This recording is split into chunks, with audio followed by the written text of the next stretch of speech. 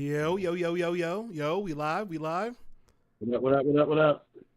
Y'all know the deal. Let us know how our audio is. Let us know how both of us sound together. Make sure we because a couple weeks we've been struggling with that. I don't know what's been going on. But let us know if I sound good next with him. Everything sounds level, everything sounds good. Breck Warren is in the chat, I see.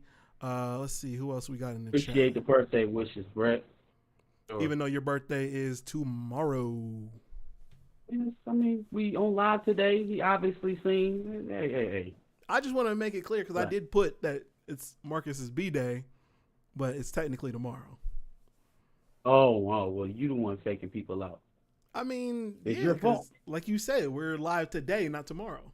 You feel me? All right, Breck said we're both good, so that is a good thing. Yeah. All right, let's see. I got, oh shit. All right, I got the screens up. Let me get rid of this Omari Hardwick song. Yeah, I'm a huge fan of Omari Hardwick. I'm a huge fan of his music. So Wait, you did all of that? You not gonna play that? play That the wasn't what you Omari was about to Hardwick play? song? No, because according to you, he's going to copyright strike us or pop up on the stream. No, he gonna pop up. Him and Joseph Sikora gonna pop up. Tommy is going to show up as You well. gonna, you gonna play our shit without giving us a cut? Is Tommy going to cancel Christmas on me? All right, relax. You don't gotta cancel Christmas. Chillmonger variant is in the chat. Oh, Yeah, he's the variant. It's not the real Chillmonger. It's from a different crazy. dimension. Let's see. Let me go ahead and turn this Great. off. Good thing. Shout out to the 3K squad homies, man. Shout out to all 3K. Facts. Finally made it to Recently 3K. joined, been around since day one. Don't matter. Appreciate every single one of y'all, man. I love to see that number going up. You know, had we been around during the Jonathan Majors trial, we could have been at 5K now, but you know. Yeah, we could have juiced it. Man. We let everybody eat up that space. It's all right though. It's cool. All right. All right. So W's and L's if you're ready. Sure. All right. W's and L's, a weekly recap show. We give a dub to the things that we like and an L to the things that we don't. Birthday boy, it is on you, old man. Said that. Starting to get grays in your beard. All right. So, what's that? I said, what up, Racing by Heart 101? You said dyeing my beard. I didn't say dyeing your beard. I said, what up, Racing by Heart 101 in the chat. You know, I look like Ryan Day. No, Ryan Day is I look like a Ryan great Day. NFL coach. He's a what? He's a great, I said NFL, Jesus Christ. You did say NFL, yeah. I did. Whoa. I did. Never even touched the NFL. Pump your brakes there, buddy. Jesus You Christ. went from third base to just owning the whole stadium, huh? I actually don't Anyway, even want that to happen. I don't know where that came from. Okay. Anyways, we'll leave that where it's at. We'll talk about that kind of stuff later. You want to start with those or else? Positivity, negativity. Where are we gonna leave? I have a lot of people? L's, so bring in the I like positivity. those. Okay, cool. All right, let's start with a dub that has been a couple weeks coming. It actually should have already have knocked this one out. But we're here now, so we'll go ahead and do it. Out.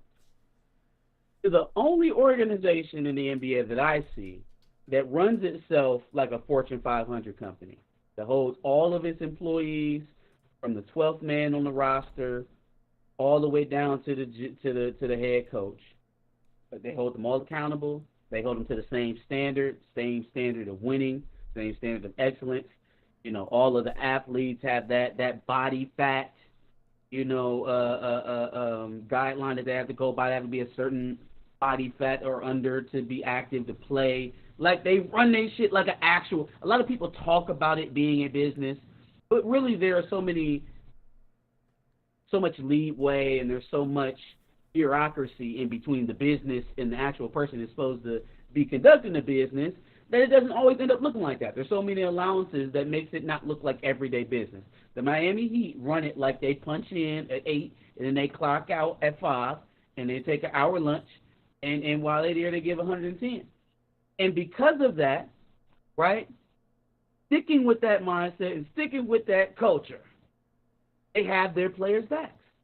You give us everything, or not even just their players, anybody involved with the organization. You give us everything, we're gonna give you everything back.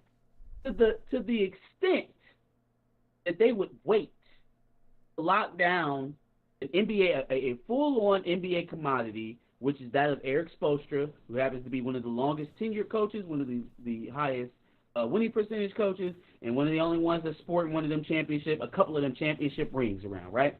He's the NBA commodity. They are going to leave him open. You know, he was a lame duck coach coming into this year, right, without an extension. They waited to do it until his divorce finalizes. They're under no obligation to do that. They're under no obligation to do that.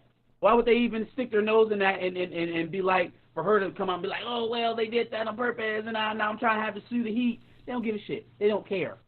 They said, lawyer up, baby. We ain't going to get this. We're not going to pin this extension until y'all done selling up. So now all of this new money that he's got with the Heat for the next 5 years, no mas.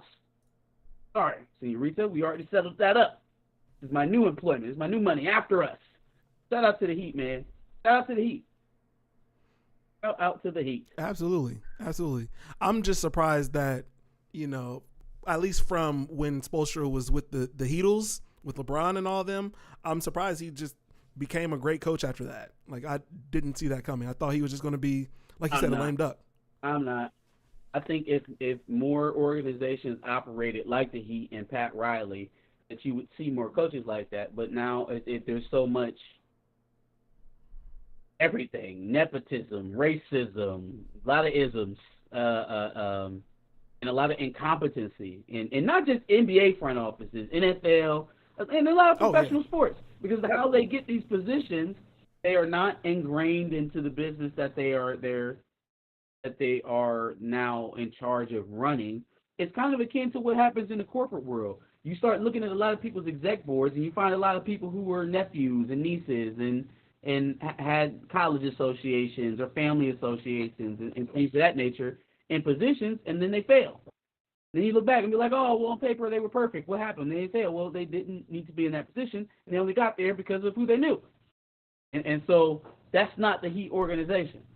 Yeah, I was going to say, that still happens in the NBA, but not in the Heat organization.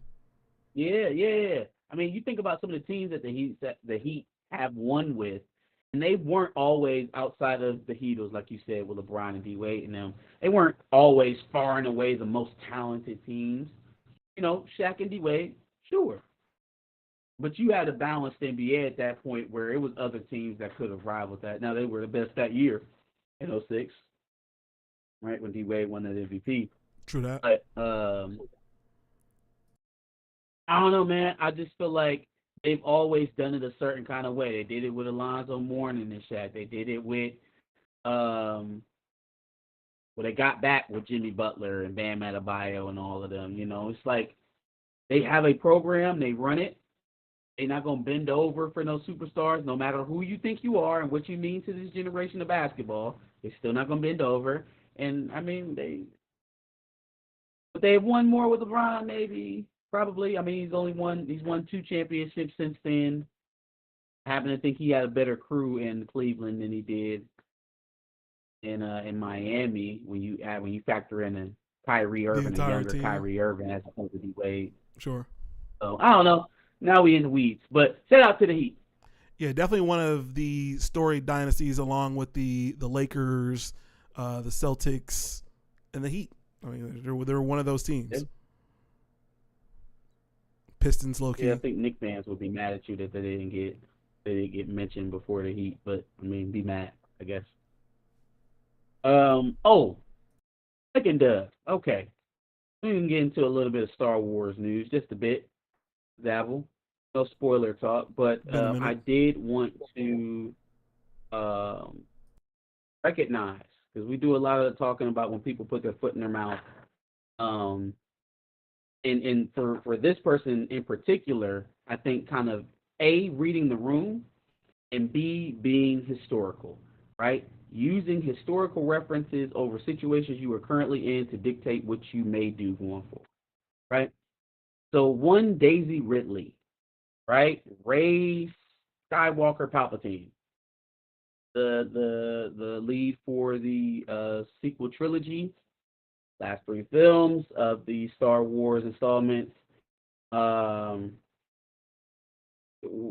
don't want to get into the weeds about how fan reception about her portrayal or anything like that. I don't think necessarily the venom has been pointed at Daisy Ridley. Even honestly, it's more so towards the story and the inconsistency in the production and things of that nature and delays and everything else around Daisy Ridley. It hasn't necessarily been Daisy Ridley that's the problem. But we know Star Wars is a hotbed for controversy and conflict between the ultra feminist left and the super incel basement dwelling right to come together and do battle in glorious fashion, like it's Game of Thrones. And so, sticking with that, with that narrative, with that ideology, the director of the new movie that Ray is going to be starring in, just wanted to come and take an oil tanker and throw it right into the middle of it and just let it whoosh.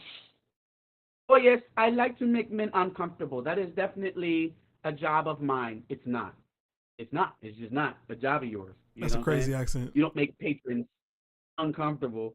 No, but that's what she said. She said, I just like to make men uncomfortable. It's the thing that I like to do when I'm making my films. I'm not a real filmmaker, by the way. I didn't go to film school. Like, she just did not do a very good job of presenting herself as the latest director in the Star Wars franchise. But what have you, right? She said what she said. The obvious reaction ensued. And so then we were left with a lot of the usual stuff for Star Wars Online, right? A lot of vitriol, a lot of, sorry. Wow, playing that in the middle of the stream. We got a lot of the reaction that you thought you were going to get. A lot of people upset, a lot of people not trying to get down with that. A lot of people seeing a lot of the same stuff they've seen in, what just name a Star Wars project in the last 5 years: Boba Fett, Mandalorian, any Ahsoka. of the movies. So I liked Ahsoka until the end, and I don't think it was so female centric that they had to dumb down other male characters to get there or anything like that. Ahsoka wasn't done in bad taste. It just didn't have great execution. The rest of these haven't been done in great taste. And then for Charmaine Obaid-Chinoy to come into it head first, and that's what we leading with, tells me you're either oblivious or you're of the same mindset that helps your project in some way, which I'll never be able to understand. Daisy Ridley, on the other hand, gets asked about it, right? In lieu of those comments from her director, you know what she does? She didn't do what Charmaine Obaid-Chinoy did. She didn't do what Brie Larson did. She said, "Hey, you know what? That sexism stuff in Star Wars is overblown. I meet Star Wars fans all the time. They've always treated me well, and I'm just excited about moving on." Shocking. Lord have mercy. Now, when the movie crashes, if it gets canceled or if it eventually comes out and it sucks, and believe me, those are the only two options. They're the only two options here. When either one of those things comes out, guess who the will not receive the full head-on vitriol of those who you are trying to avoid it from? Guess who won't receive the burnt load of the blame? Like, critically. Like, we're out of incel talk now. Let's just talk critical acclaim. She will not get the bulk load of the blame critically either, because she did not lambast the entire fan base as one way and tell them that they can all be addressed in the same way. Facts. Because she had enough sense to dodge that question and put herself back in a position of strength. Yeah, no, the Star Wars fans I talked to have been great. They showed tremendous love for the movies and Like, I mean, it's all there in the Variety article. You guys can go ahead and check it out when you get a chance. But never did she lean into this whole male versus female, or it's my duty as a woman to be womanified at every second in this Star Wars movie. Like, she didn't do that, right? And it tells me she has some sense of how to navigate these waters where she knows to a certain degree she's walking into a fever dream. Like, this is not necessarily the only people who are pretending like we wanted this movie is Disney. And she's not dumb enough to convince herself that there's like millions of Star Wars fans who are clamoring for Rey to come back to the forefront. She's trying to do her best as the lead in this role to keep interest in the movie without distancing herself from the fans that she still needs to make money. And causing a spiral of hate like some other actresses would. Like the director of the damn movie. Here's a thought. Here's a thought. Maybe the best thing to do for women in Hollywood in front of and behind the screen is to effectively make a good movie that people like and do it from your chair, which is the director's chair, not an activist chair, not a politician chair. It's a director's chair. So doing your job effectively from your seat does far more for women in front of and behind the camera than telling them how much you want to make men uncomfortable. I'm just saying. So simple. I'm saying. So simple. And it sounds like Daisy Ridley is willing to let her work do the talking as opposed to writing a dissertation and giving it to Variety. That's good. Glad to hear it. It's so simple to do that, and here she is, thriving. That's how I feel about it. Shout out to the people congratulating us for the 3K, and strangely, the Lions fans in the chat. I don't know what's going on with that, but hey, I respect the Lions. I love Dan Campbell. Obviously, Aiden doing his thing out there. Lions out here winning playoff games. And then Rashad Walker trying to throw shots. I see your chats. Yeah, man, it's Buckeyes up for a century. Been up. Michigan sports has been up for a minute. Well, they got to get past Patrick Mahomes, who's going to win his third Super Bowl, apparently. Hey, shout out to my homie as well, man. You know I ain't paying attention to no NFL. But yeah, shout out to Tony Robinson, Rashad Walker, Felix, Red is not a flavor, Leader, Perp, for congratulating us on the 3K, and Latrell Bradshaw. Oh, and why not? Appreciate it. All right, my last W I got is going out to the first black head coach at the University of Michigan, Mr. Sherrone Moore. Coach Sherrone Moore, excuse me. I just handed you an alley-oop with that one. You did. It was perfect. Jesus Christ. Yeah, man. It means a lot. That's not what I'm necessarily giving him a dub for, though. That's not what I'm giving him a dub for, because I thought he was the odds-on favorite to get the job, and they didn't waste much time. It was only about 48 hours before he got the job. So absolutely.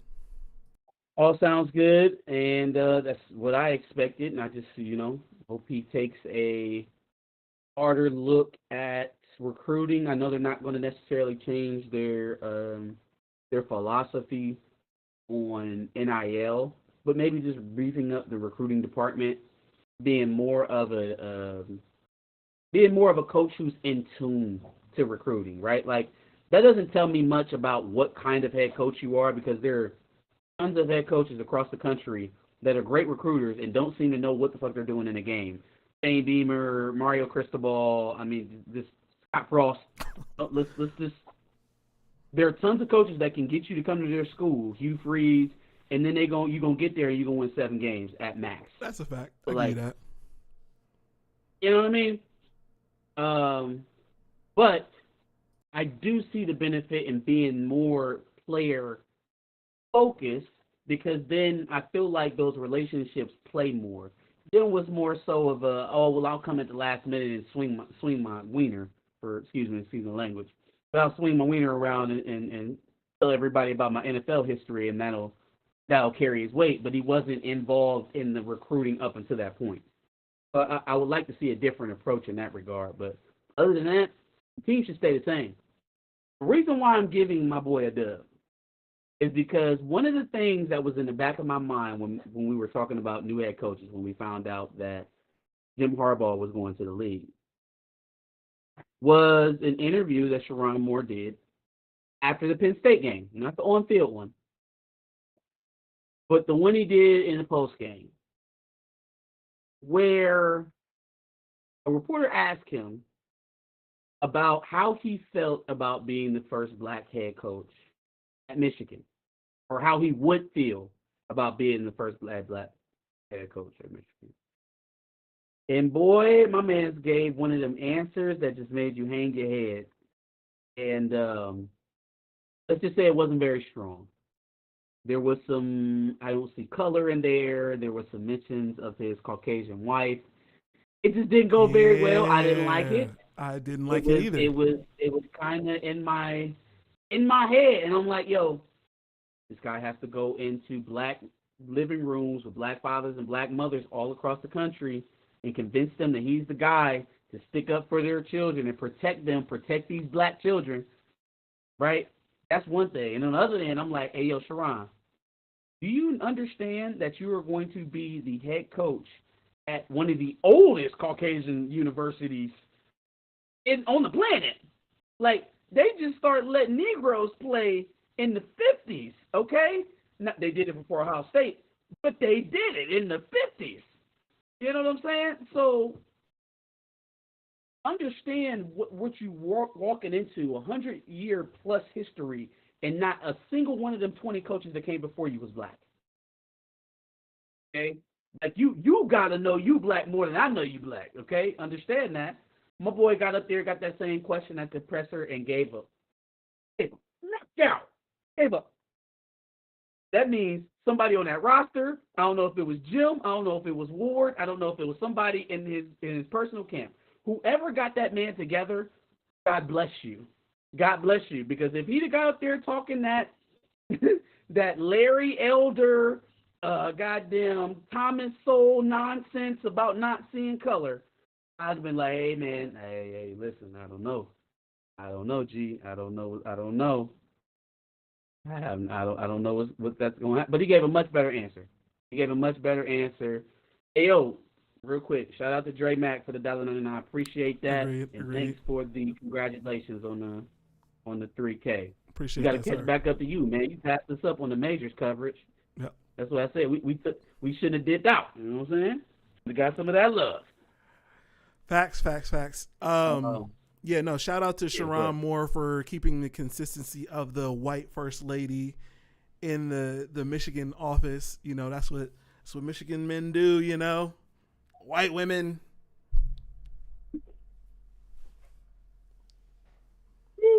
Let's get Chelsea back up in there one more time. Now let's not do Sharon. this. These are a lot of former football players. So let's not look at that coaching staff and see all the wives on either side. Let's just that's a fact. That's a fact. In terms of the composition of the staff, it's black as hell. It's black. They didn't just give you a black head coach. They gave you a black secondary and safeties coach. They gave you a black running back coach. They gave you a black wide receivers coach. They gave you a black offensive line coach. They gave you a black tight ends coach. They gave you a black. I think that's it. That's it. Those are all the black coaches. That's it. Because they still need a linebacker coach, a defensive coordinator. See, here's where I'm going to shift over to my L's, because the reason why I was so steadfast, and Rashad, you definitely right. Ben Herbert is a must. But the reason why I was so pressed about Sharon understanding that he's black and that he coached for Michigan is that there seems to be this attitude amongst the Michigan beat that I don't really understand. And I'm talking about the Michigan media, your On3 guys, your Isaiah Holes, your Chris Ballases, that apparatus of media, right? What I'm not getting is why Michael Hart and Steve Clinkscale aren't the first names out of your mouth for offensive and defensive coordinator. That I don't get it, especially given the the stipulations that you want. You want somebody to keep the defensive system the same. You want somebody who can call the plays and somebody who is not going to change the scheme all that much, right? Okay. Well, Steve Clinkscale is already a co-defensive coordinator. So he's like a sick day away from calling the defensive plays all year. And not only was he there under Jesse Minter the last 2 years, but he was there under Mac when it first got installed. So a co-coordinator who's been under the system in both variations and sending guys to the league who ain't got no business going in the first, well, I won't say ain't got no business, but definitely weren't slotted to go in the first round before they got into his program, going in the first round in the last 2 years. Well, I'm confused why Clinkscale's name is not right there at the top of that list. Conversely, Mike Hart, been an offensive coordinator, been an associate head coach at Indiana, been a play caller, running backs coach here at Michigan. Now, I don't know if anybody remembers what Hassan Haskins and Zach Charbonnet looked like before Mike Hart got here. I sure as hell know what they looked like after. I know what Blake Corum turned into. I know what Donovan Edwards turned into. I know what Khalil Mullins turned into. And it is not a single five-star. I'm sorry, Donovan Edwards. Donovan Edwards is the only five-star out of those guys. Completely transformed our running game along with the offensive line. But I'm telling you, if you don't have a 1,200-yard back in Hassan Haskins, a 1,400-yard back in Blake Corum, and then another 1,300 yards from Blake Corum this year, you're not winning on Natty. You're not winning on Natty. No matter how good your offensive line is. So I'm confused why I'm listening to the guys who are driving the narrative about who the next coordinators for Michigan is going to be. And we don't have our internal guys who are most prepared to be them here in-house. And you talking about continuity. How are you talking continuity out of one side of your mouth, but, Steve Clinkscale can't be the defensive coordinator? Why? If continuity and keeping the scheme is all the same, why not having a coach that's already on the roster and knows the scheme elevate to the coordinator? I'm confused. Somebody's going to have to explain it to me beyond, no, we already got a black head coach. We can't have black head coach and black coordinators on the offensive and defensive side. Especially when you're giving me all of the white options from the NFL. Yeah, just go pick an analyst at the Ravens. So any random analyst at the Ravens is better than Steve Clinkscale.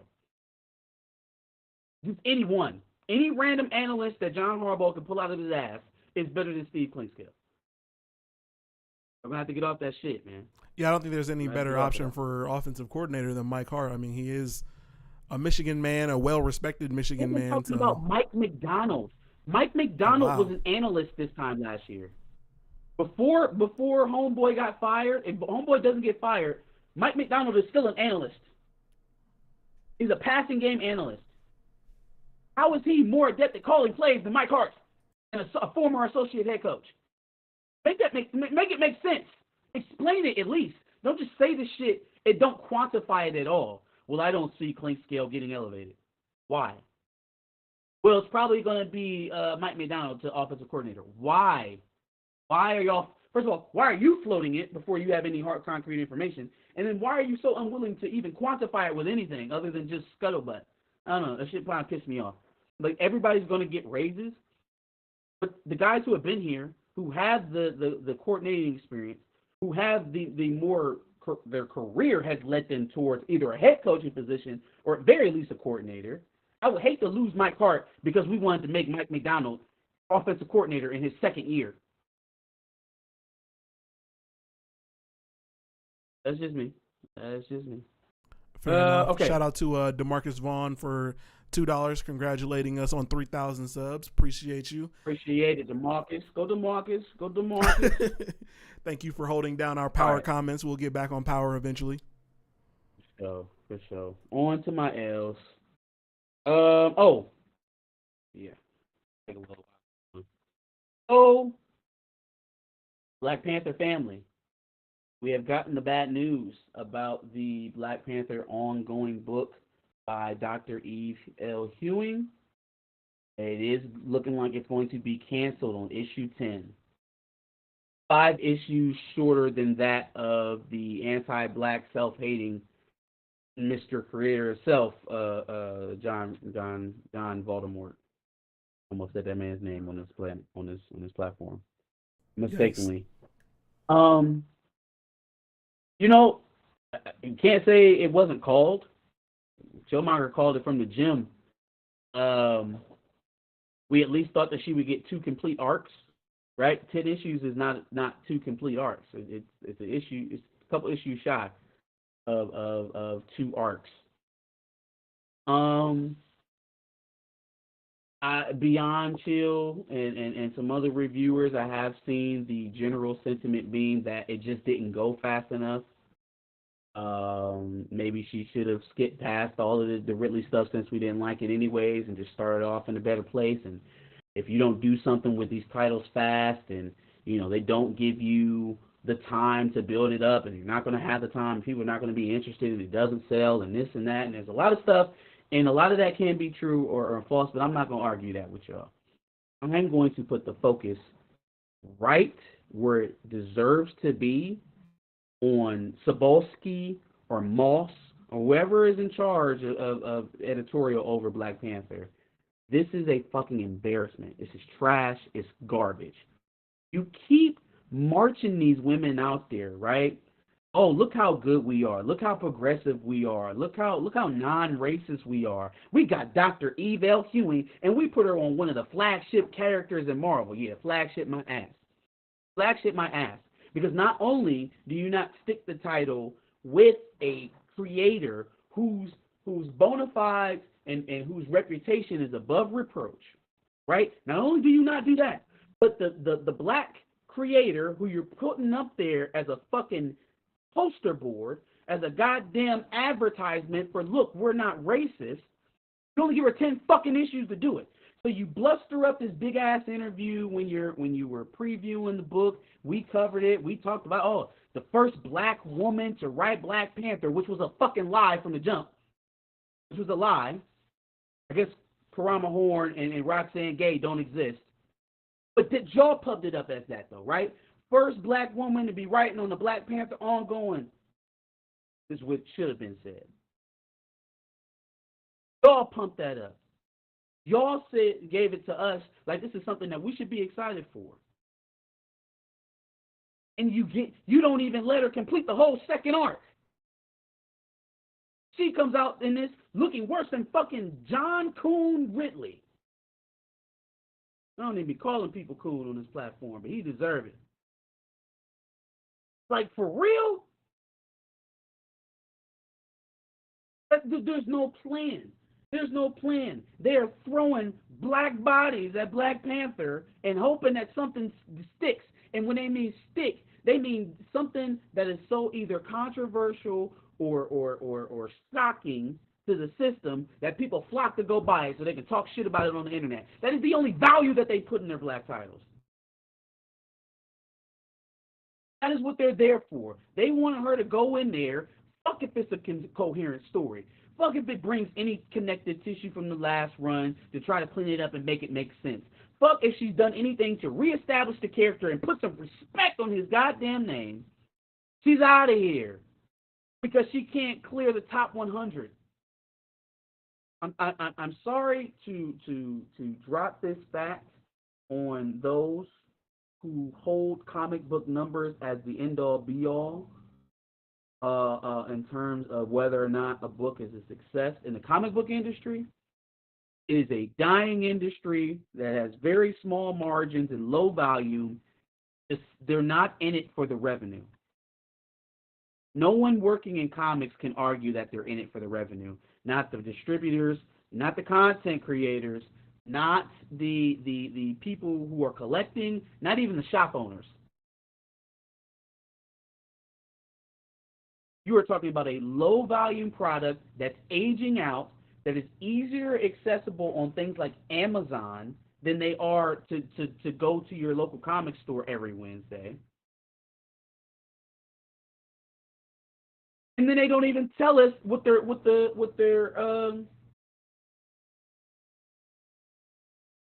Damn, I just lost my train of thought. I got so angry. My bad, y'all.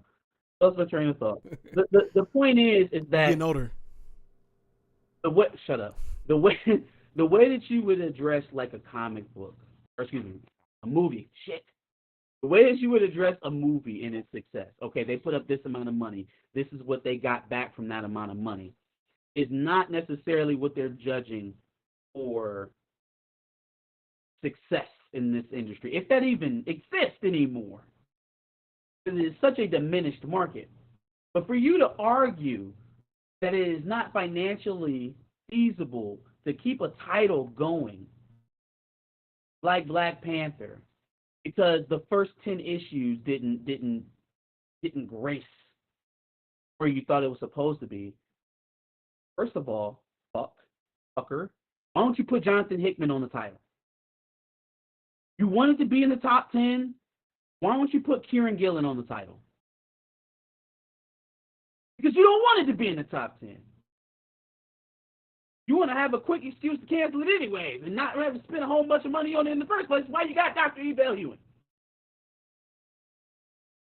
I feel bad for her. I would never work for these people again. It's the second time that they've done that to her.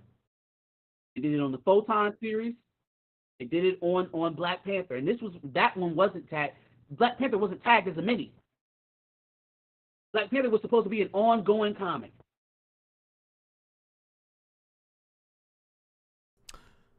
Terrible, man. Terrible.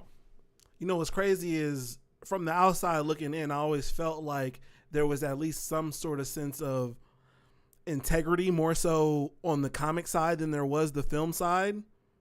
This just kind of confirms that they're at least going in the same direction as what the films are doing, which is a terrible direction. Disney has had Marvel Comics for 3 years now, 3 years or so. It wasn't set on separate entity. But now it's under the... No, I think that's more recent. I think that came under their most recent reorg. They brought it under the Disney umbrella. It kind of existed under its own... ran on its own. Still owned by Disney, but ran separately from the Disney company. And now it just seems like the way that they make their normal content is how they're starting to make decisions for comic books. And I tell you what, man, if that's the way they're going, this thing will go faster than y'all thought it was going. It'll go faster than the way y'all thought it was going. It's not even a breeding ground for the content anymore. It's not. They're making up their own stories. They're making their own stories now, so it's not even a worthwhile breeding ground for future storytelling. If they don't go for Krakoa for X-Men, that'll pretty much confirm it for me that really nothing that is being created in comics anymore is going to be what we see on the big screen until Disney doesn't own it anymore, until they sell it. That's another conversation for another day.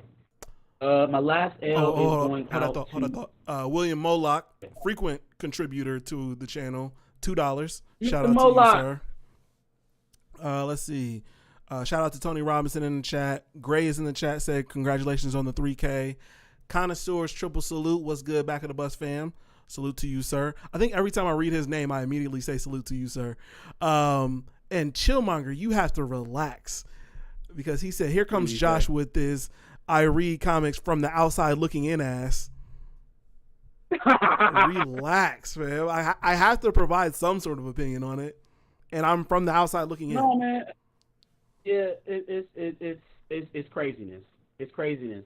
And then we sit up there and we'll be like, oh, well, you know, Ebel Ewing wasn't a big enough name. The writing was fine enough for it to continue on. And if that's how you felt, then you would nut up and you would put someone on there who had name recognition that you know people would flock to. But somehow, none of the Black characters get that. Shout out to Brian Edward Hill. He's still writing on it. Shout out to Jed McKay. He gives T'Challa the utmost respect in the Avengers book. But I shouldn't have to go to a team-up book to see, or a limited extended universe book to see the King of Wakanda. Shouldn't have to see it. And now we'll be going on our 3rd reboot of Black Panther in the last 4 years, and only have gotten 25 issues out of the last 3.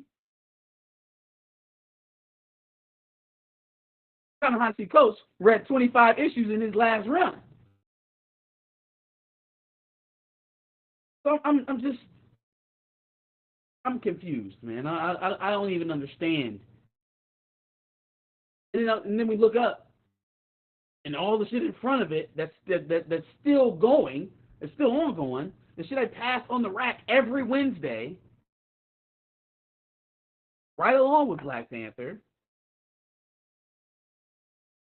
still going,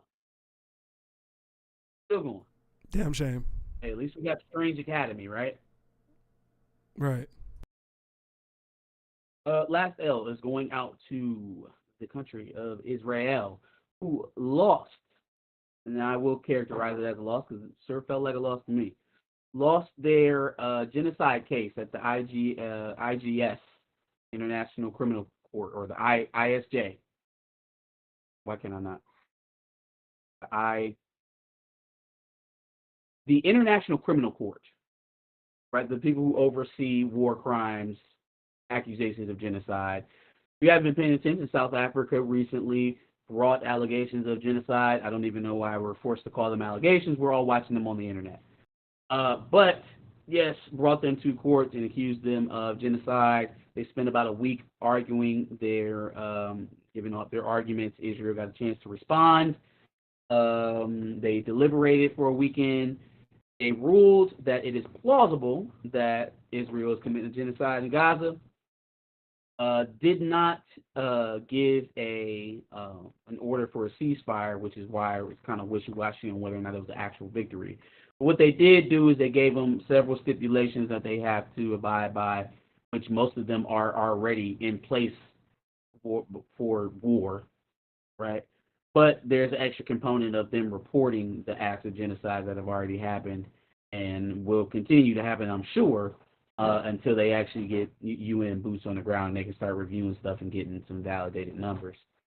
The reason why is dope that this happened is because it has been the only confirmation on a legitimized, like a legal standing point that what Israel is doing is probably fucked up. It is fucked up.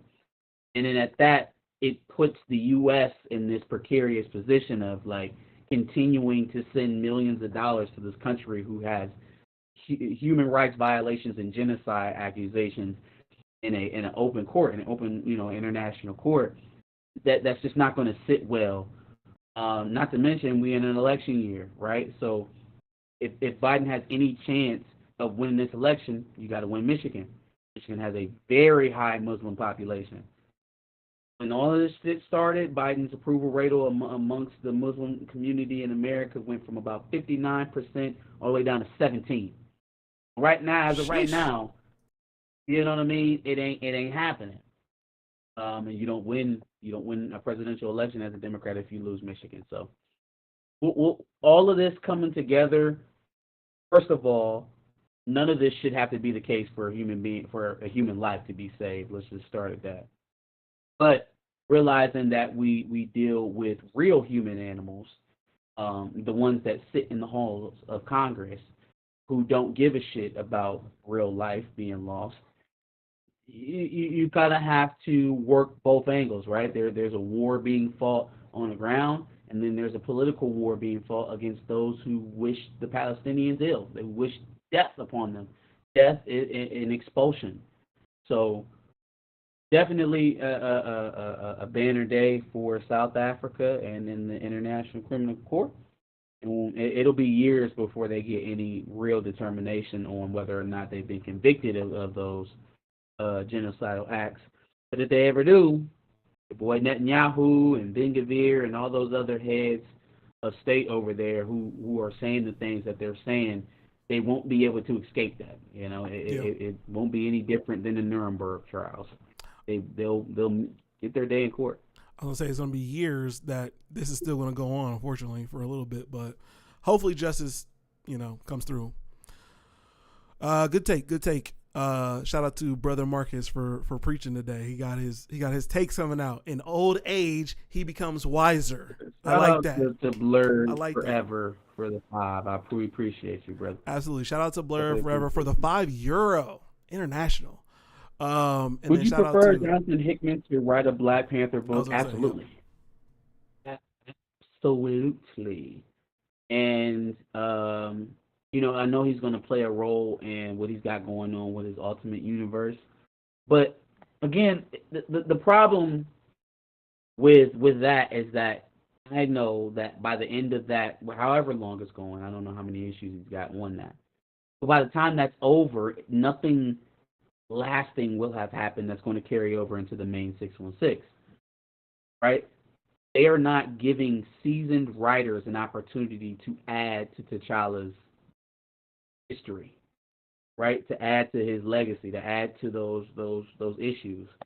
And it's unfortunate that they keep selling it short, because even when you do have a character, or excuse me, a writer like Eve Henwick who cares about the character, who shows that she cares about the history of the character, shout out to D-Real and Kamoyo Kid. She talked to him and wrote to him in the back of a few issues of the comic book. Right, like in her Biddy's corner. So it's unfortunate because she ends up taking a reputational hit for having such a short stint, and it's really not her. It doesn't speak to the quality of her work whatsoever. Would I like to see a Hickman? Yeah. Do I think it'll ever happen? No, because Sapkowski and Moss are still editors at Marvel, and they've already shown us what type of priorities they have for black characters. So, absolutely, like I said, great take. Some other great Black Panther and Marvel takes in the chat as well from Gray, William Moloch, Tony Robinson. Shout out to y'all. Is that all you have? I have one more toss-up that I wanted to discuss with the people. We have some community talk we got to get through here. Okay. And then I'm going to leave it to you. So I want to talk about Rockets guard or forward, Jalen Green, and his newest girlfriend / question mark baby mama. Miss Drea, your wholeness can get deleted from basketball-wise. And the reason why I'm asking the question is because I have 2 kids now. I got a girl and a boy. And when y'all get into these silly-ass relationship conversations online, sometimes I'll be paying attention and I apply it to, like, all right, what if that was my kid? And so I got this situation, right? My son or my daughter. Let's use my daughter. My daughter has befriended an older gentleman while she's in her early years. She's in college. She's 21 years old. She's befriended an older gentleman who's 40 years old, right? So at this point, he's pretty close to my age. Yes. Right? Well, actually, he's about 10 years from your age. You're 50. I'm paying you back for all the times you do it to me. Well, I'm still younger than you. So if I'm old, if 31 is old, 46 is I'm young at heart. Younger at heart. Anyways. I'm basically 22. You taking me off my point. I'm going to forget what the fuck I'm talking about. Where were we at? Oh, Drea. Okay. So, yeah. So, she's befriended an older gentleman. He's 40 years old, right? This gentleman has a son who's my daughter's age, right? So not only do you like young women, probably beyond where you should be reaching, but you nasty enough to have a child that age and still go fuck with a girl that age. Like, I could never. I would be thinking about that all the time. Like, damn, my daughter is this fucking age. Damn. Now, we all recognize equally how gross that shit is, right? And I'd be fully in my rights to dig a hole out back and show my mans to it. Flip the scenario. My daughter is now my son. He's still 21 years old, still young and vulnerable, and now it's a 40-year-old woman with a 21-year-old son who's potentially pregnant by this boy now. High fives all around, bro. You tagging Dre and Michelle? We got a problem with that. Anybody got a problem with that? Oh, absolutely. It's extremely predatory. You know what I mean? I'm just saying. I got an issue with it. It seems predatory to me, and it happens so fast. It was like 1 week I'm looking at these pictures with you. I'm like, Jalen, hey man, hey, watch your ass, okay? That is a seasoned pro you fucking with. Don't fuck around with that fuck around. And the next minute, here come all the rumors. Oh, she's pregnant. Oh shit. God damn it. And then I started looking at the age. I'm like, yo, she's getting up there in age. Like, she's not young anymore. Facts. She's not young no more. Like, how much older is she than this dude? Because he's like, he's been in the league like 2 years. He was a one and done. Yep. 40 to 21 is insane. 40 to 21 and you were pregnant within months of knowing him? Girl, get the fuck out of here. Harlot? You know. I mean, he had to do something to get the scent off of him after that whole humping situation. I want y'all to give me, what's the cutoff age difference? And then, if you accept an age difference, does it matter if they're older? So, like, if they was 40 and 60, would we feel the same way about it if they was 21 and 40? Well, she's 39. That's still an 18-year difference. That's nuts. Either way. I don't think it's the same thing. And the reason being is the 40-year-old is not some vulnerable virgin. Yeah. You know what I'm saying? The 40-year-old is not a child. A 21-year-old, I know this now that I'm 31 and not 21, that I was still a kid 41. For real at 21. Like just a big grown kid that had a little bit more responsibilities than maybe I should have. But that's all I was a big grown kid. And so thinking about how I operated, the stupid shit I did when I was 21 years old, did I have any business being around a 40-year-old woman in an intimate setting? Like, why do you even like me? I played a game until 3 in the morning. I will survive off of hot Cheetos and Red Bull for a week. Why do you like me? What is interesting about me at 21 years old? Girl, you know what? We'll have another night to talk about the contract he has. But the grown ass contract he has. But that's my point. If you trying to set that aside and say, no, she liked me for me, boy, what does she like about you? You don't even act like the type of niggas that she won't. What is it about you and your young ass that is so attractive to this old woman?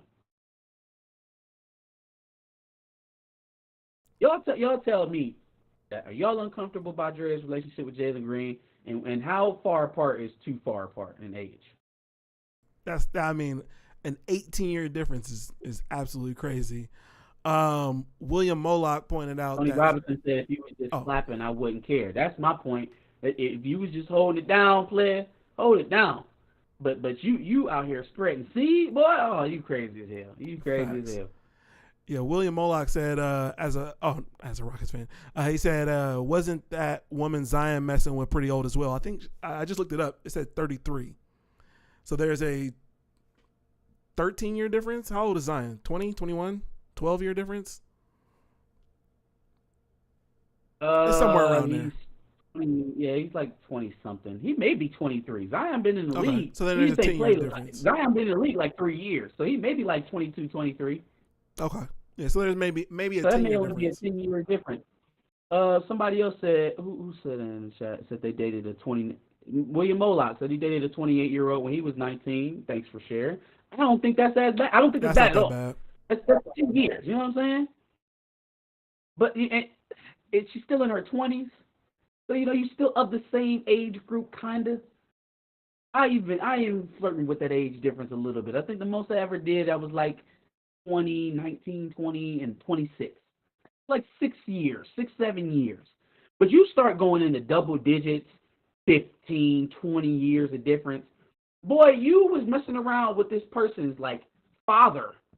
You may be older than their father or mother. It's weird to know people who have had kids and then go date them kids. I don't see how you could do that.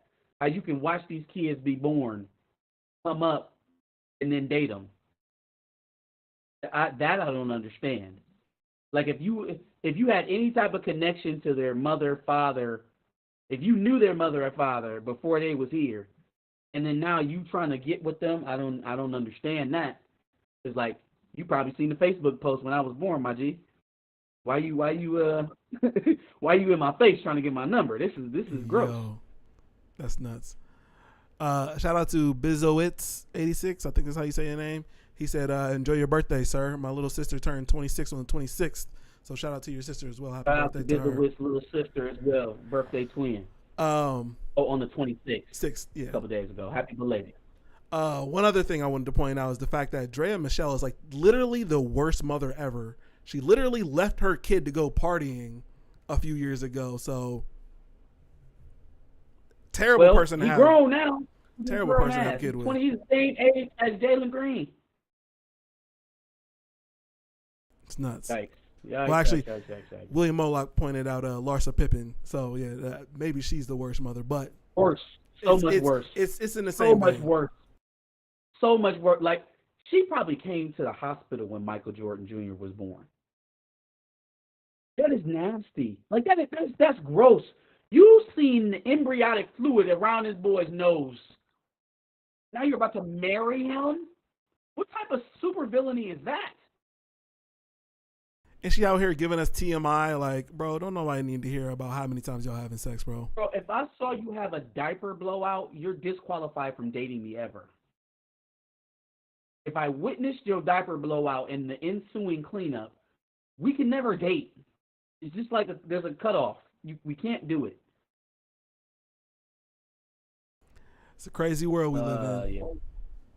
That's it for my dubs and L's, fella. All right, cool. Well, like I said, I got a couple dubs, but more L's. Discussion probably heavy on the L side, more so.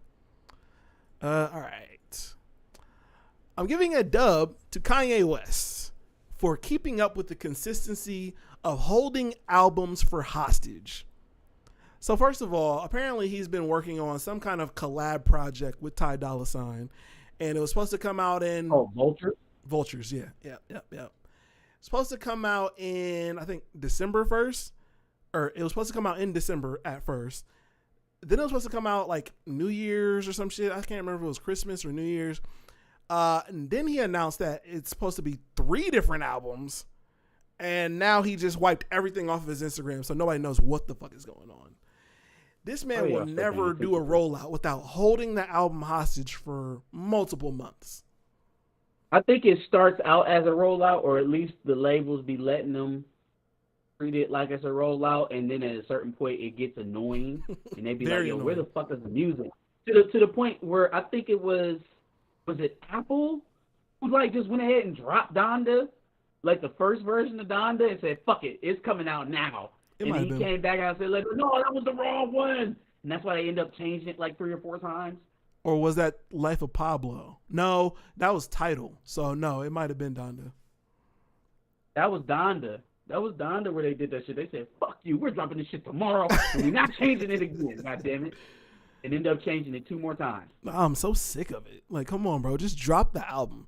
He's the person that if he decided to drop a surprise album on me, I'd be super happy. You don't need a rollout. There will never be a Kanye surprise album. That will never happen. It's bullshit. It will never happen. Probably the closest thing you got to a Kanye surprise album was that what's that shit he did when all the good music was solidified? That the Cruel Summer shit. Cruel Summer. Where they had something releasing every week. That's the closest thing you ever gonna get to a surprise album from Kanye. You know they were supposed to make a Cruel Winter album too? Yeah, that's not gonna happen. No, it's not now.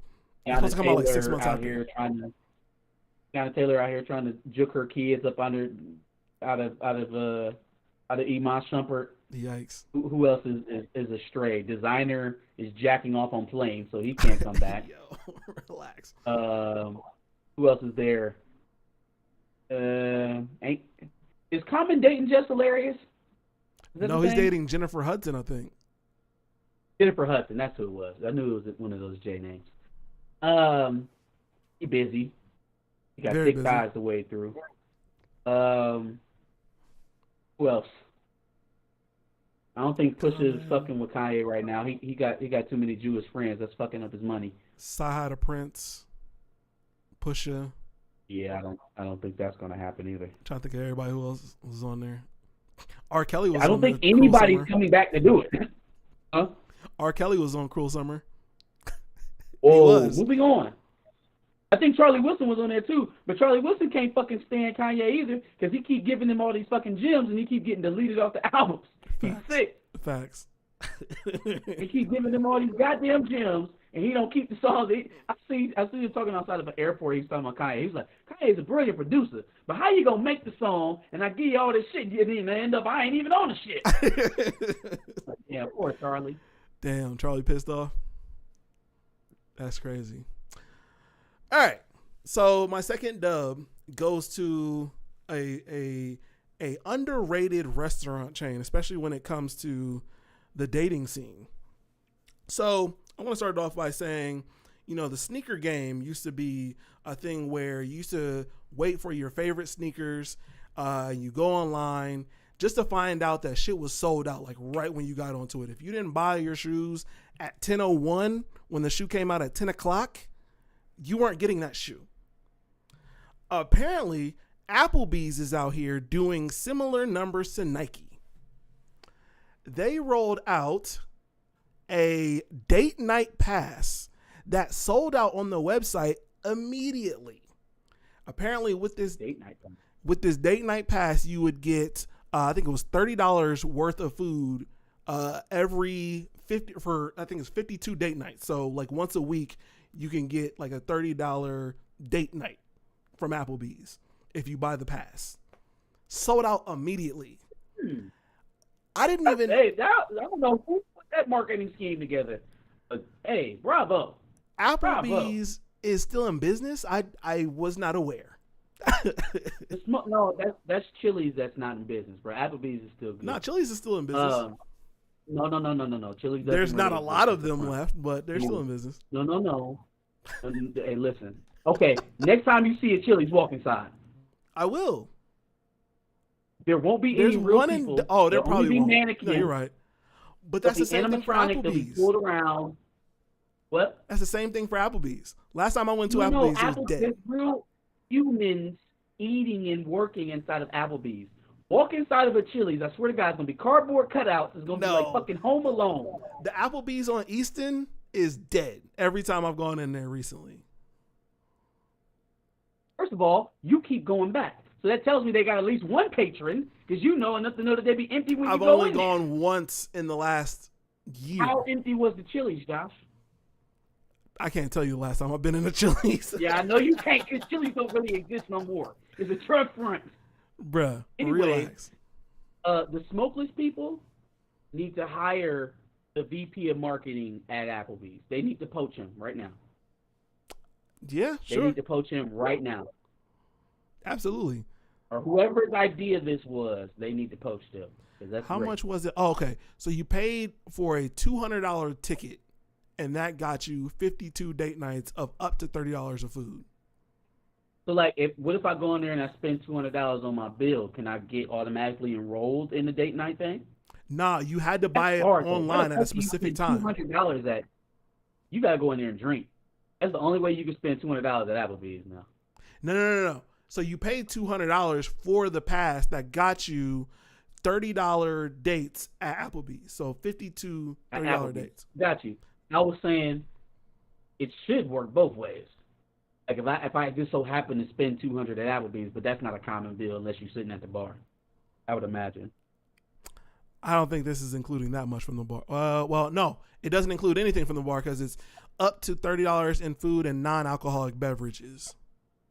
Specifically. No, I was never mind. Anyways, move on. Sorry, I was reading comments. Applebee's more popping than Fridays nowadays. Arby's is still in business. I want my money back is nuts. First of all, do not ever disrespect Arby's. I'm gonna give y'all a hot take. Arby's fast food menu is top 3. Argue with your mom. The fries are top 2, and I don't think they're top 2. I don't think they're 2. I think they're number 1. Well, Riley's fries are the best. Followed by probably McDonald's. The curly fries from Arby's are top 2. But they're there. They're up there. But it's just an overall menu, fast food wise. They're top three, and it's not even. It's like four is far behind them. I don't think I eat at So Arby's you in there. got, of course, you got roast beef sandwiches. That's what everybody thinks about Arby's, Yeah. and that's what they put in their mind when they say, "Oh, you still go to Arby's?" Nigga, they got gyros. They got smoked brisket sandwiches. They got fish sandwiches that's better than any fish sandwich at the fast food market. Filet of fish, Burger King fish, don't matter. Arby's got the best fish sandwiches. They got an Angus burger now, They got a buffalo right? chicken sandwich. They got sliders. They got sliders. They got the best chicken. Yes, you heard me. The best chicken Swiss sandwich. Swiss cheese, bacon, great bun, seasoned chicken, delicious, delicious. With the shredded iceberg lettuce over the top, it's a nice touch. Y'all don't High know praise. what y'all missing. The Italian sub, the meatball sub. They've got a French dip sandwich. They got mozzarella sticks as a side. I don't know what y'all doing. I don't know what y'all doing. The apple pies, the apple fritters. The orange cream shake in the summer, fire. Bam, they got like 7 different sauces to dip. Y'all sleep on Arby's, but that's okay. Don't go there because every time I go to the Arby's, the line be nice and quick. I get my food, it be fresh, it be hot. So don't start going there. I feel like every time I go to an Arby's, I'm the only one in line, and then 2 people follow me into it. It's really weird. Yeah, it's like, oh, that's open, and then they go over. It's fine, cool. You take no Arby's because I get my food nice and fast and hot. That's a fact. That's a fact. Breck Warren said, "Chili slander gotta stop. Me and the family went on Friday night. First of all, You lying? Plant. He's a plant. He's a plant. that's crazy. Who said that? Who said Brett- that went to Breck said Friday that. night? Breck Warren is a plant. He's a Chili's plant. He's part of the drug ring operation to keep Chili's going as a front. Okay. He on the payroll. He owned the payroll. Plant. Yo, I'm gonna do that. If I ever see one again, I'm gonna walk into a Chili's and show y'all what I see when I go in there. It's gonna be bare walls just everywhere. It ain't gonna be nothing nowhere. nah, bro. There's gonna be 2 people in there. Ain't gonna 2 be people is nobody in nuts, there. but there's gonna be 2 people in there, and they'll both be at the bar. Okay. Ain't gonna be Anyway. no supplies nowhere. Ain't even gonna be no chairs. That's how No well they're chairs. convincing y'all that Sit they your ass still on the open. floor. That is how well that they are convincing. Sit. Ain't nobody arriving. The last time you sitting back and said, where we gonna go eat today? I don't know. Let's go to Chili's. Said no one ever, Breck Warren. Said no one Yeah, I've ever. never sat in Chili's. Yeah, that's nuts. That's nuts. Perp said Raising Cane's is opening up in his hometown. He's about to see what the hype is about. It's the sauce. I heard they just moved to North Carolina. Is that where you at? No, well, you don't got to air yourself out there, everybody. But my sister let me know that they was bringing one in North Carolina in her area, so she was pretty excited as The well. hype is the sauce, though. It's the sauce. Yeah. I mean, the chicken is what it is. It's gonna be real fresh. It's gonna be real juicy. The seasoning is what it is. Boy, you may end up drinking that out of a cup. The sauce and the lemonade. The lemonade is fire and underrated. Lemonade's good. The fries are good when they're salted. Yeah. They're good when they're salted. Put some salt on the fries. Agreed. Yeah, if you're down south, I feel like down south is more of a Zaxby's and Bojangles. Bojangles is the shit. Bojangles is Bowberry their biscuits. Popeyes Bowberry biscuits. or churches. Fire. Bojangles hits for sure. He said he's in Jersey, by the way. Jersey. Oh, okay. All right. Moving north. Yeah, facts. All right. On to my L's. First L. We've been talking about this man for multiple times within the last couple weeks or so. And this man is Slim Thug. Slim Thug, fresh up off Mr. Cousin Wife. the cousin allegations, has decided maybe his cousin isn't enough because he tried to slide in Khaleesi's DMs and he couldn't, So he slid in her comments and got fried for loving his cousin. How you shoot your shot with another woman and get fried in the comments for loving your cousin? Niggas like, hey, your cousin ain't gonna like this, fam. That's crazy. That is nuts.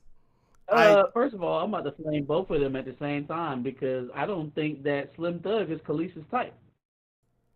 Yeah, going from Nas to Slim Thug is kind of nuts. I don't think she went from Nas to Slim Thug. Wasn't she dating Bill Murray? Was she? Oh, excuse Bless me. you. Google that, or I'll Google it. Let's see. Maybe she was dating somebody else. All I know is Nas. Yeah, Khalees, Bill Murray. You know, you got to go down to the personal life. That's where they got all that. They were okay, dating. She had a whole other marriage, other kids. Yeah. But most recently, she was dating old-ass Bill Murray. So, Fair enough. There's that.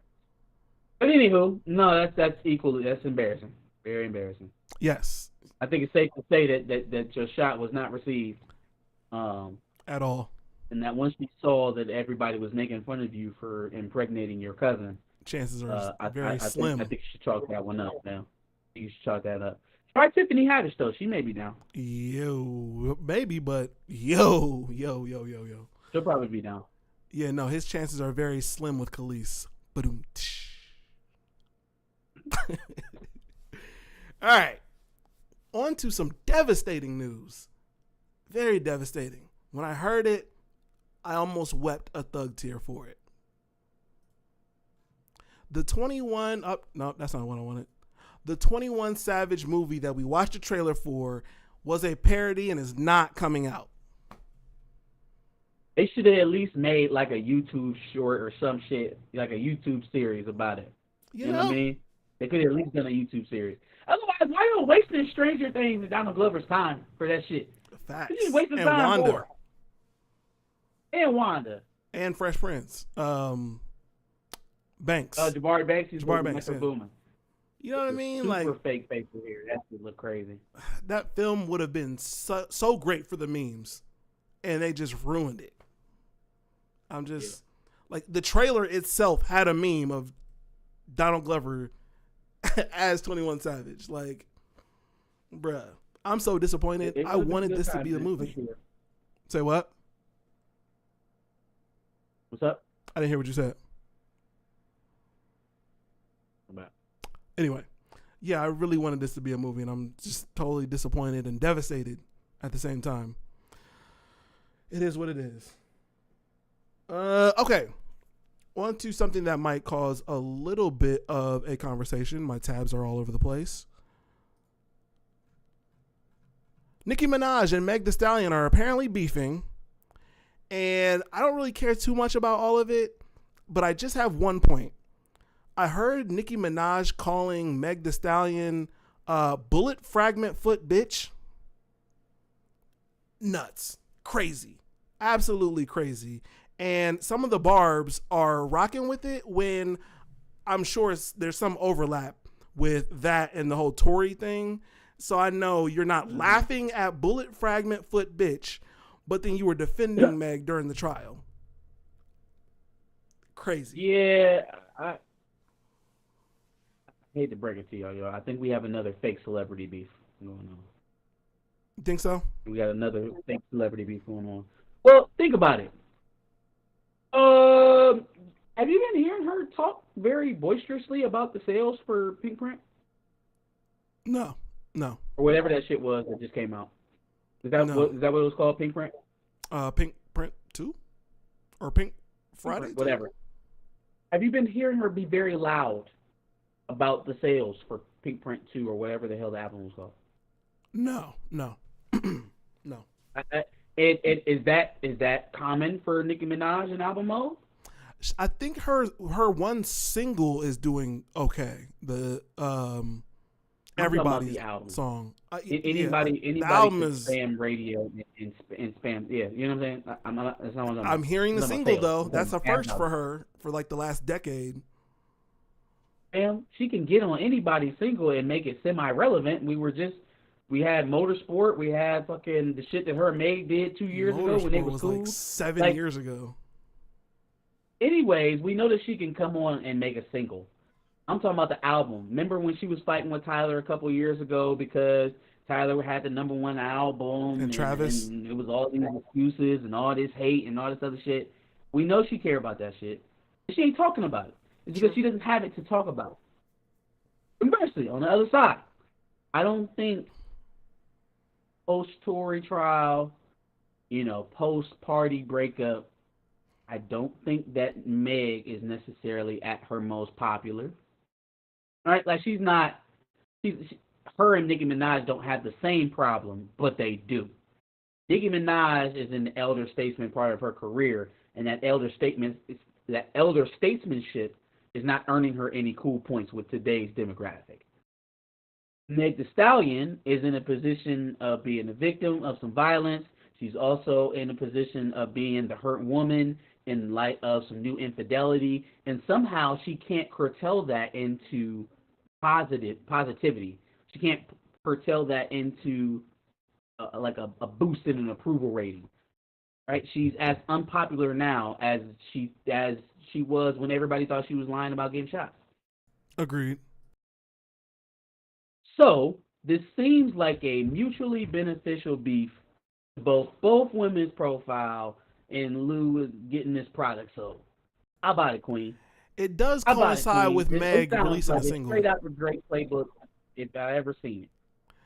It does coincide with Megan releasing her single Hiss at the same time as Nicki's dropping a new single called Barefoot or Bigfoot. Is another diss, I guess. I don't know. You couldn't respond to Remy Ma ever, but you had a response ready for a response to a track that Meg made 3 days ago. Nah, bruh. Nicki Minaj denies Bigfoot is a Megan Thee Stallion diss. You see, that's what gives it away to me. Is because when they asked Meg, oh, who what is the song about? Oh, well, I just made it, and anybody who was hurt about it needed to be. Okay. Nicki Minaj has her response out within days. No, it's not a Meg beat. It's not a Meg this. Like, okay, you know what I'm gonna do? I'm not gonna pay it no attention. I'm not gonna pick a side. I'm not gonna give a fuck what anybody says to anybody. Regardless, they both got shit that they can say. Shot foot, rapist husband, y'all both got shit that y'all can throw, right? I'm not gonna pay attention to anyone. I'm not gonna pick a side. I'm not going to engage because I know what you're going to want me to do is listen to the music that comes off of this, and it ain't getting no better. That's and it ain't getting no better. That's a fact. So if that's what I'm supposed to be paying attention to, is we're gonna get all this good music because of the beef. No, I'm gonna mind my business and then watch it go away. If y'all stay disciplined and y'all don't jump out your skin every time Nicki Minaj say something crazy about Meg, and you don't jump out your skin every time Meg drop a diss album over Nicki Minaj, if y'all just stay calm and ignore this shit, I promise you it'll go away. I bet it do. If it does, we don't get any bigger headlines than this in the next week, it'll go away. It'll go away. Agreed. Perp has a good point. He said, how many L's Nicki gonna have for people to stop calling her the queen of rap? There's a lot of L's going on in her corner. Point, yeah, at this point, she's not conducting herself as anybody who could even expect to have the game in a chokehold. Like, you reaching down to the younger age demographic and doing like lesser media to promote your album. You don't really have the numbers to go out there and be like, yeah, it's a huge success. And now you are beefing with people like on a regular basis who have been in the game a fraction of the time that you have. Cardi, Lotto, Meg. You look like the old ass hater. You look like an old ass hater. Very much so. You look like. It's giving old ass hater. But it can still be mutually beneficial because as long as they're putting out content towards it and people have their eyeballs pointed towards it, they'll view the content. Oh, this is another one towards Meg. Let me listen to it to see what she said. That is the value in her as an artist now, is being able to push shit like that. It's no longer, oh shit, we waiting on the new Nicki. We waiting on that new Nicki. That new Nicki! Ain't nobody waiting on that new Nicki. I was never That waiting on the new Nicki Nicki. It's boof, and nobody's waiting for it anymore. All right, so now to sell that new Nicki, you got to slip a Mickey into somebody's drink and just put it put it underneath them and let them go to sleep with it. That's the only way that people are taking it. The only way you can sell that new Nicki is to slip somebody a Mickey. That's crazy. That's a bar? That's what you doing? That's a bar? Bars. All right, let's move on. So I'm giving an L to defense in the NBA. Last week we briefly discussed Joel Embiid's 70, and now Luka is out here scoring 73 in the same week. And I think Devin Booker had some crazy number. Bro, defense is dead in the NBA. Can we just agree to that at this point? There is no defense being played in the NBA. Dude was dead. When I watched LeBron James play basketball, like how he played against who did we just beat? We beat the Warriors in double overtime, right? And I'm watching him play, man. I'm like, damn, he take a lot of 3-pointers. I'm like, damn, that handle looks slow. Damn, man. Damn. I wish he was faster. And he ended up winning the game. D'Angelo had a great game. Off of 2 free throws. He battled through. He stayed in the game through some injuries. It was a good all around effort. So and LeBron grabbed like 20 rebounds. So shout out to him on that. But like as I'm watching him play, the game was like 140 to 139 or some shit like that. So it just shows you what kind of defense was being played. And I began to understand it's like I don't think necessarily we're looking at a offensive game that is beyond all others. I don't think the offensive players today are so much better than the offensive players from 15, 20 years ago that they're able to do this. The game has changed so much in the way that it is being called, in the way that coaches and coaching staffs are being able to hold guys accountable on defense.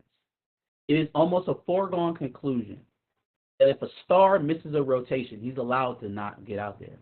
And you should not expect to see him yelled at, to see him chastised by a coach, because that is just not NBA culture. It's not.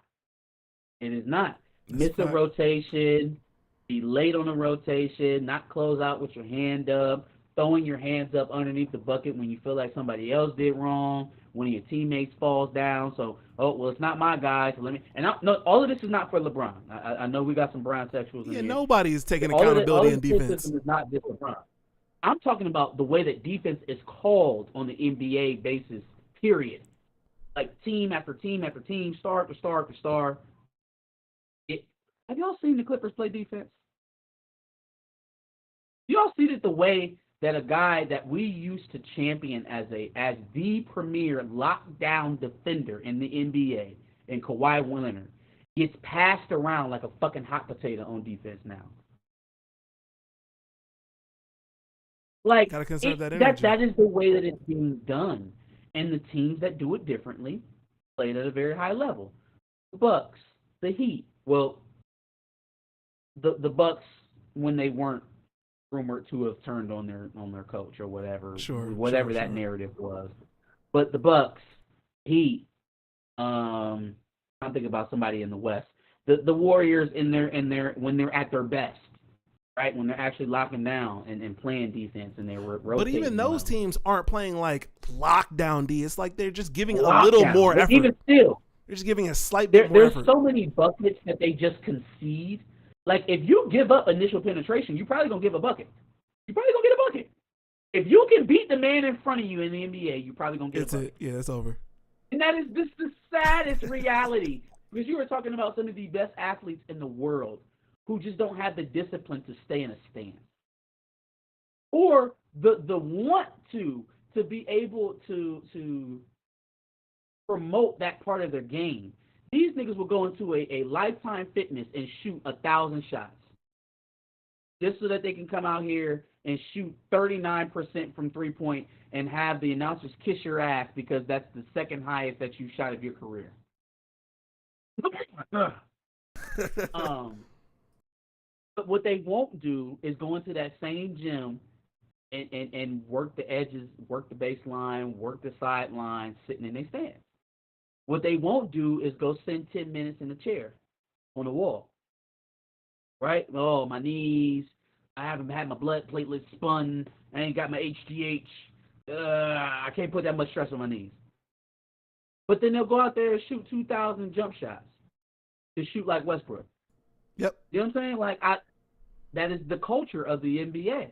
All my energy needs to go to the offense, to having a bag on offense. That's the way the commissioner wants it. That's the way that they officiate it. That's the way they set up. Like, damn, we don't need no in-season tournament. You know what you need to do?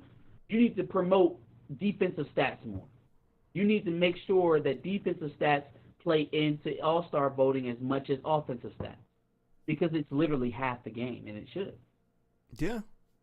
I can't even think of the last time a defensive player of the year hasn't been like a big man.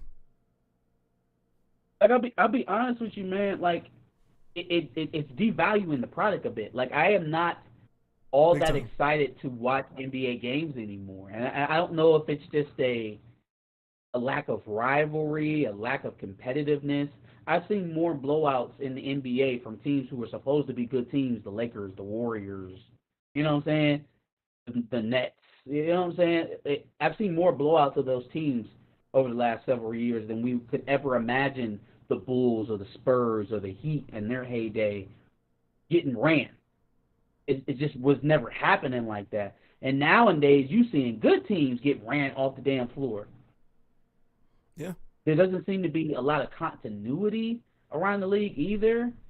Guys are just moving around so much. It just, I for one feel like the NBA is in danger of losing their position of the second most popular sport in America. Right? Like, people really like hockey in the middle of the country. It runs longer as a sport. There's 116 hockey games as opposed to 82 basketball games. So their season is longer.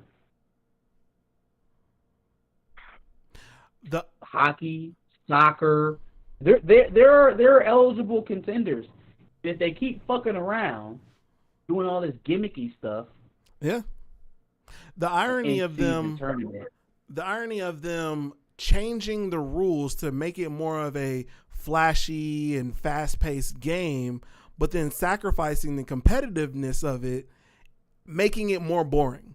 Like, I can't even imagine going to an NBA game because I don't know if my star is playing, and even if he is, I just don't think I'm going to get that great of a product out of going to said game, which is crazy. Yeah, I just feel like, okay, so take the in-season tournament, for example. The Lakers won that, and now the Lakers are currently one game over 500. That's crazy. You want us to hang a banner for that in the same season where we're struggling to be over 500? Like, it just feels like a farce. It does. It really does. It does. Oh, and shout out to Connoisseurs. He's right. Marcus Smart did win Defensive Player of the Year. I boofed that stat. But all right. Anyway, see, like, why shouldn't a player, if you take a player like, let's say, Trae Young, somebody who could be abused on the defensive end but has ultra prowess on the offensive end, Trae Young's an automatic all-star, right? It's easy. We don't need to think about it too hard. He's going to be an all-star. Yeah. Why isn't that same treatment available for a guy like Marcus Smart, who is a shutdown defender, whose defensive efficiency is far above any of his contemporaries? He's up there in steals. Don't know where he's at in blocks, but in terms of guards, I'm sure he's probably up there in defensive win shares. So why shouldn't that data, those analytics that y'all love so much, play as much as the offensive ones? Well, offensive ones sell TV contracts. They sell season tickets.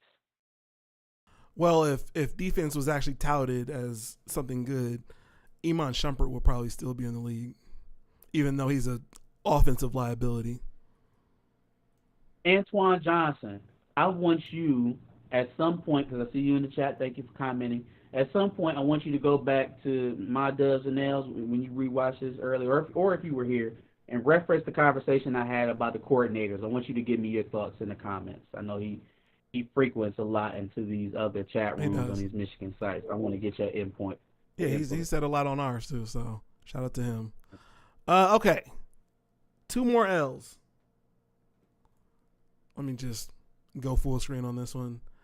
Bro, what in the fuck is going on with Vince McMahon and all this bullshit he's got going on? Yeah, whatever it is, he did that shit. He did that absolutely shit. Because that boy resigned. What in the hell? Whatever it is, he did that shit 100%. Jesus. It's so that much crazy shit coming out. I'm not even going to come out and proclaim my innocence. I'm resigning from the WWE effective immediately. Yeah, y'all know I did that shit. Let me just go ahead. Right. Crazy. Absolutely wild. And then I saw something about Stephanie McMahon when she was younger and Macho Man Randy Savage. They had a skit, right? Where, like, Stephanie was coming at Vince for, like, taking her to parties and basically setting her out is what they were alluding to. And so now some of those allegations have come out about Stephanie and some of the WWE talent, which is real gross. Apparently, your boy Vince had like a trophy case of fake appendages that he named after his wrestlers. All the black ones were black wrestlers. All the white ones were white wrestlers. So there was an Undertaker, there was a Kane, there was a Rock. Hey, yo, a black dildo named The Rock is nuts. Crazy. That is crazy. You know what? Realistically, there was a Rikishi. What did the Rikishi dildo look like? That's interesting. There for sure was one. I'm spitballing now. Oh, okay. But they did say that he had a collection of dildos that were named after his wrestlers. Yo. You know what? That deserves to be in a Horny Police segment along with, have you seen these Taylor Swift AI pictures? Yo, crazy. They got the Swifties got so mad at them pictures, they found out who the nigga was who created them. They got him the fuck out of Travis, here. Do you see what I'm talking about, Travis? Do you see? They found a man who made some AI fan art, okay? Travis, blink twice, buddy. Blink twice. Yikes. The world is a very horny place right now, and it needs to just relax a little bit. Chill out. Anyway, all right, my last L is going to streamers. Specifically Twitch and Kick streamers who are going out of their way, feeding into a shit ton of clout and doing very fucked up things. And there is one who I believe is in some kind of relationship with Neon, if I'm not mistaken. And she recently got into like an altercation with an Uber driver. And the person who was filming, a friend of hers, I guess, stole the Uber driver's phone and then tried to gaslight him as if he was just an old man and didn't know where the fuck his phone was. Stole his phone and threw it in the street. Let's watch.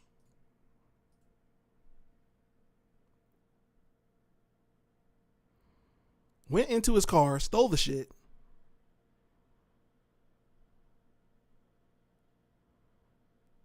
Walks past him. I don't carry a gun with me everywhere I go. I'm not that type of person. But for people who do, this is why I advise them to shoot y'all. You saw her just throw it? Why do y'all play with people? Why do y'all play around like this? Then she tells on herself on the stream. And reporting him.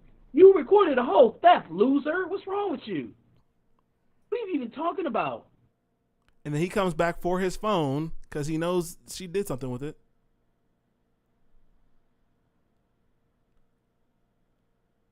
Fam, this you know who she is? She's acting like a lady who called the cops because their drug dealer stole her money. Facts. You have a video recording that's supposed to be bad news for the Uber driver, and yet you committed a crime on the camera and now you won't get a man his shit back, and he know that you stole it. Like, how dumb can you be? First of all, second of all, what a was that shitty person. SpongeBob song from SpongeBob movie? What was that Sponge? I'm a goofy goober, yeah. I'm a goofy goober, yeah. Like, first of all, the whole clout situation, like, you're getting negative clout for this. Like, you're a shitty person, and people are going to recognize you for being a shitty person. But second of all, what would possess you? What would give you the right to steal this man's phone for what? What? because he missed a turn. Because he missed a turn. That's where all this started. Y'all be out here playing with people. Y'all don't know their histories. Y'all don't know what kind of traumas they have. Y'all don't know what they will do to y'all, and y'all just play like this. I don't understand. Facts. Goofy games. Facts. Goofy ass games. Hey, shout out to William Moloch, because he's 100% right. This is exactly how Jonathan Majors lost his career. So now, if this man run up there and snatch his phone away from him, they could claim that they were assaulted mistakenly and get a conviction off of third-degree assault and harassment. Yeah. So I guess you should just be a goober and sit there and hope that they don't break his shit or run off with it and do something else with it. Bullshit. Hope Shout out it to doesn't happen in New York or anywhere near Manhattan so that Alvin Bragg can get his racist hands all over. I don't know where that was, honestly. But shout out to Racing by Heart 101. This was one of Sneeko's exes, not Neon. It was one of Sneeko's exes. Oh. Still on that same clout board. Shout out to Tony Robinson saying, "Damn, Vince a booty patrolman. That's crazy." William Moloch said he missed the whole Taylor Swift thing. I don't believe him. He saw it. He lying. He caught the AI pictures. Anyway, any other dubs, L's, anything else that you want to discuss? That was a pretty long discussion. Yeah, no, we was here for a while. That's it for me. I didn't have any other dubs or else. Yeah, no. Appreciate everybody showing up. Absolutely. Happy birthday once again to Marcus. Happy 41st birthday. Shout out to the guy. I am 31. 41? 31. 41. 10 years younger than thee. 4-1. Dirk Nowitzki number. But that would make you 50. You want to be 50? I am not 50. I am 22. If I'm 40, that would make you 50. Deuce. What? First of all, we are not 22? 9 years in difference. What are you talking about? All right, let's just wrap it up. We are not 9 years in. You're trying to gaslight me like this old man. It's all right. Yeah, let's You're trying to gaslight me just like that girl did that old ass man. We are not 9 years in difference. That's crazy. But you're 41. It's okay. Hey, bro. It's okay, man. Oh, good. Anyway, shout out to everybody in the chat. Shout out to everybody for congratulating us on 3K. Shout out to y'all for getting us to 3K. Shout out to everybody for wishing Marcus a happy birthday once again. His birthday is tomorrow. So shout out to Chill and Gray for retweeting the stream as well. Yeah, I saw that. Yeah, shout out to them for that. And if you have any other announcements, feel free. But I will be on Twitch tomorrow. So and Tuesday for Tubi Tuesdays. Doing Tubi Tuesdays on the Twitch channel now. So make sure you slide through. You gonna do Behind the Cape tomorrow too? Behind the Cape will be up soon. Yeah, I gotta add that onto the channel. I realized that I don't know what happened. I just didn't do it on Friday. So yeah, it'll be up this week. Other than that, y'all, peace out. Appreciate y'all once again. Shout out to all 3K of y'all. Peace.